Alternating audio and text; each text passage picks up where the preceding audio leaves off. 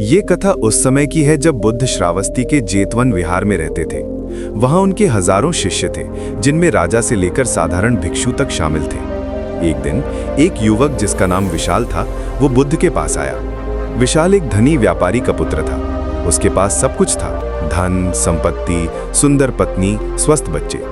लेकिन उसके चेहरे पर उदासी छाई रहती थी। वो बुद्ध के चरणों में गिर पड़ा और बोला, भगवान, मैं खुश क्यों नहीं हूं? मेरे पास सब कुछ है, फिर भी मन अशांत है। खुशी का राज बताइए। बुद्ध मुस्कुराए। उन्होंने कहा, विशाल, आओ, मैं तुम्हें कहानी सुनाता हूं। बहुत पहले हिमालय की एक घाटी में एक छोटा सा गांव था, नाम शांतिपुर। वहां एक राजा रहता था। उसका नाम प्रियदर्शन था। राजा प्रियदर्शन बड़े उदार और न्यायप्रिय थे। उनके राज्य में कोई दुखी नहीं था। फसलें अच्छी होती, नदियां बहती, लोग हंसते खेलते। लेकिन राजा खुद खुश नहीं थे।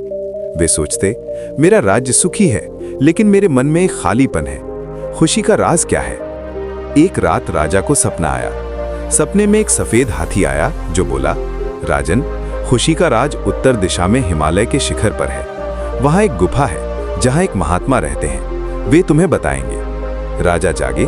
उन्होंने फैसला किया कि वे यात्रा पर निकलेंगे। उन्होंने अपने मंत्री को राज्य सौंपा और अकेले निकल पड़े। यात्रा कठिन थी। जंगलों से गुजरना पड़ा जहां जंगली जानवर थे। नदियां पार करनी पड़ी जहां तेज धाराएं थीं। पहाड़ चढ़ने पड़े जहां बर्फीली हवाएं चलती थीं। राजा थक जाते लेकिन रुकते नहीं। रास्ते में उन्हें एक बूढ़ा मिला जो लकड़ी काट रहा था। राजा ने पूछा, बाबा, क्या तुम खुश हो? बूढ़ा हंसा। हाँ राजन, मैं खुश हूं क्योंकि मैं अपने काम से संतुष्ट हूं। खुशी काम में है, न कि फल में। राजा आगे बढ़े। एक नदी के किनारे एक मछुआरा मिला। राजा ने पूछा, तुम खुश हो? मछुआरा बोला, हाँ, क्योंकि मैं प्रकृति के साथ जीता हूं। खुशी सादगी में है। राजा सोचने लगे, लेकिन अभी संतुष्ट नहीं हुए। अंत में वे हिमालय के शिखर पर पहुंचे। वहां एक गुफा थी जहां एक महात्मा ध्यान में बैठे थे। उनका चेहरा शांत और प्रकाशमान था। राजा ने प्रणाम किया और बोले, महात्मन, मुझे खुशी का राज बताइए। महात्मा ने आंखें खोली और कहा, राजन, खुशी का राज 3 चीजों में है, संतोष, करुणा और ध्यान।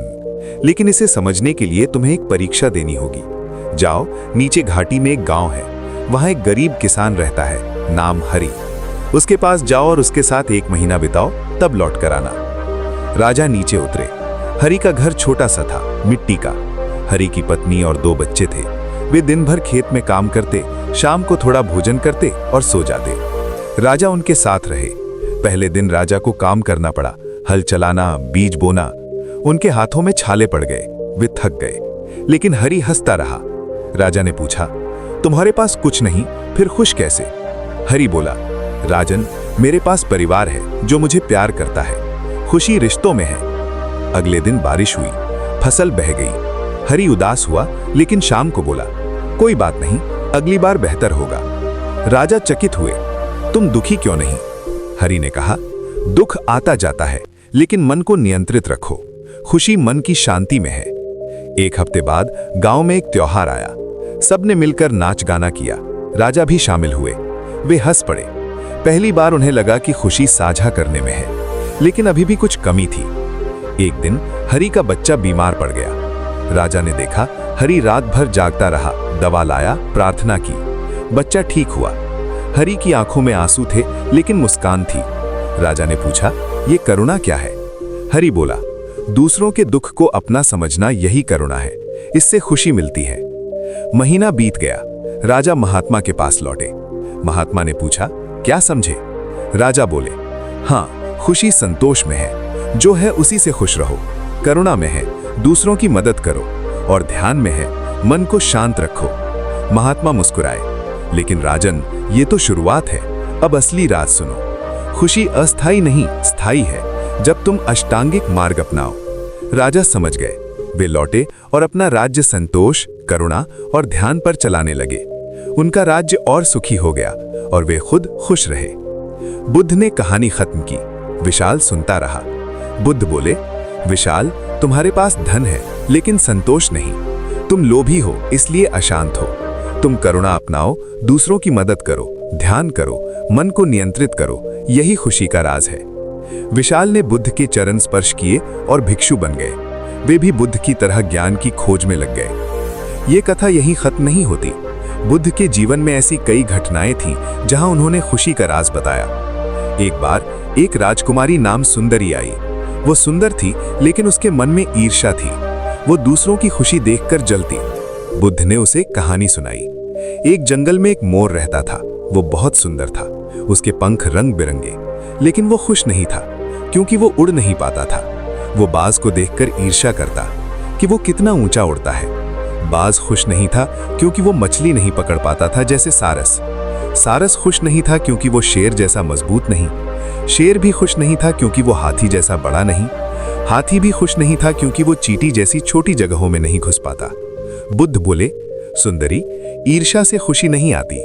हर जीव में कुछ कमी है, कुछ गुण है।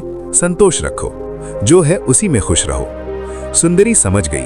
उसने ईर्ष्या त्यागी और करुणा अपनाई। वो खुश हो गई। बुद्ध के उपदेशों में खुशी का राज हमेशा एक ही था। दुख के कारण को समझो। दुख का कारण है तृष्णा, लालच। इसे त्यागो, निर्वाण प्राप्त करो। निर्वाण ही परम खुशी है। अब चलिए बुद्ध के जीवन की एक और घटना। जब बुद्ध कुशीनारा में थे, उनके अंतिम दिनों में उनके शिष्य आनंद रो रहे थे। बुद्ध बोले, आनंद, रो मत। जीवन अनित्य है। खुशी इसी में है कि सब कुछ बदलता है। जो आया है जाएगा। मन को इससे मुक्त रखो।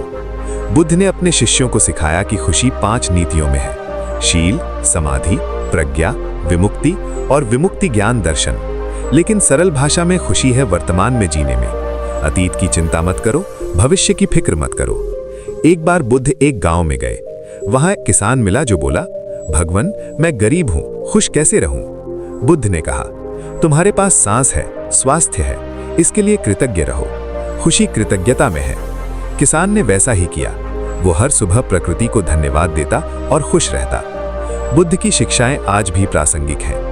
हर पल को जियो, ध्यान करो, सांस पर ध्यान दो, मन भटके तो लौटाओ। आपको ये कहानी कैसी लगी, कमेंट में जरूर बताएं।